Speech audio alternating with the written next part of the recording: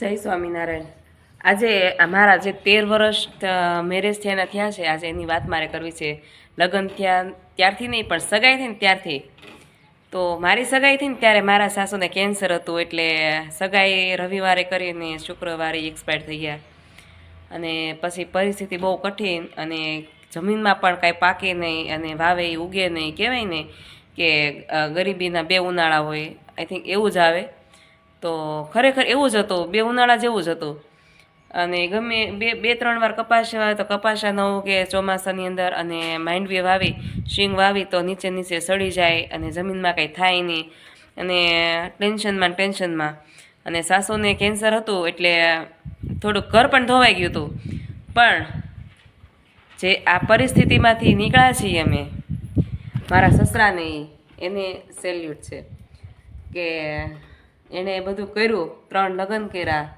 કારણ કે ઘર ધોવાઈ ગયું હોય ને 3 લગ્ન કરવા, અને ઘરેણું પણ કરાવ્યું, અને પરિસ્થિતિ પણ એવી નહીં, તો ખરેખર સેલ્યુટ છે। અને એક વહુ માટે, એના સસરા માટે સેલ્યુટ કરવી એક ખૂબ વાત ગંભીર જ કહેવાય કે।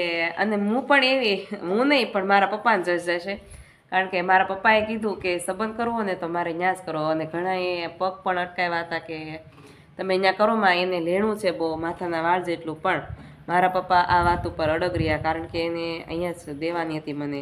અને જોકે હું મારું ખુદનું કહું તો મારે પણ આ સંબંધ નહોતો કરવો, અને ખરેખર હવે એમ થાય છે કે મારા પપ્પાએ જે મને ગોતીને આપ્યું છે, ખરેખર એક સલામ છે નહીં, અને આવું ઘર મને લગભગ ન મળે। હા, થોડી ગરીબી મેં ભોગવી, પણ જે ઘરના વ્યક્તિ હતા એની તો હું મારે વાત કરવી, જે મારા નણંદો હતા, અને મારા દિયર ભાઈ સમાન, અને મારો બેનો જે નણંદો બેન સમાન, ખરેખર કાંઈ ઘટે નહીં। અને ક્યારેય મને પિયરની યાદ નથી આવવા દીધી, ને ખૂબ ગરીબી જોઈ છે, મારા પપ્પાની અહીંયા જોઈ છે અને અહીંયા પણ જોઈ છે, પણ જો અમે પરિવાર સાથે રહ્યા એટલે આ ગરીબી જતા વાર નથી લાગી। અને ખરેખર અત્યારે મારા સસરા, અમે એને બહુ શાંતિથી અને સુખીથી રહીએ છીએ। બધુંય સુખ છે, બસ એક સુખ ન હોય ને તો એક જ્યારે આ ઘરમાં જાય છે ને ત્યારે છે ને અમને આ જે ફોટામાં બેઠીને એની યાદ બહુ આવે, કારણ કે નાના છોકરા હોય, અને કોઈ એવો શબ્દ નથી મારી પાસે બોલવાના કે હું શું બોલું। અને જ્યારે નણંદુ આણું આવે છે, અને જ્યારે અમારા છોકરા નાના હોય અને બધું અમારે જાતે કરવું પડે ને, ત્યારે અમારી મા બહુ યાદ આવે છે।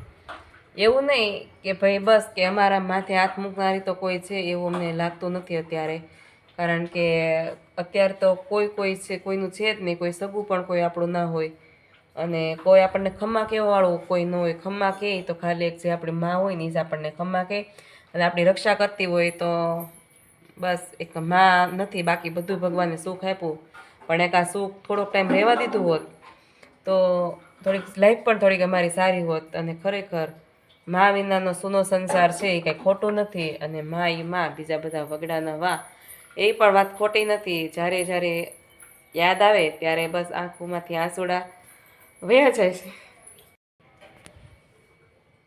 અને જ્યારે નણંદોનો પ્રસંગ આવે ત્યારે પણ થોડીક મા તો ભાઈ યાદ આવે જ ને, મા કોને યાદ ના આવે। અને છોકરી જ્યારે રોતી ઘરે જાય ત્યારે થોડુંક તકલીફ પણ થાય। તો હું તો એમ કહું કે જેને મમ્મી છે, પ્લીઝ એની રિસ્પેક્ટ કરજો, એને ધ્યાન રાખજો, અને ખૂબ સાચવજો, અને ખૂબ પ્રેમ કરજો માને, કારણ કે મા છે ને તો જ બધું છે, નકર કાંઈ નથી। જય સ્વામિનારાયણ।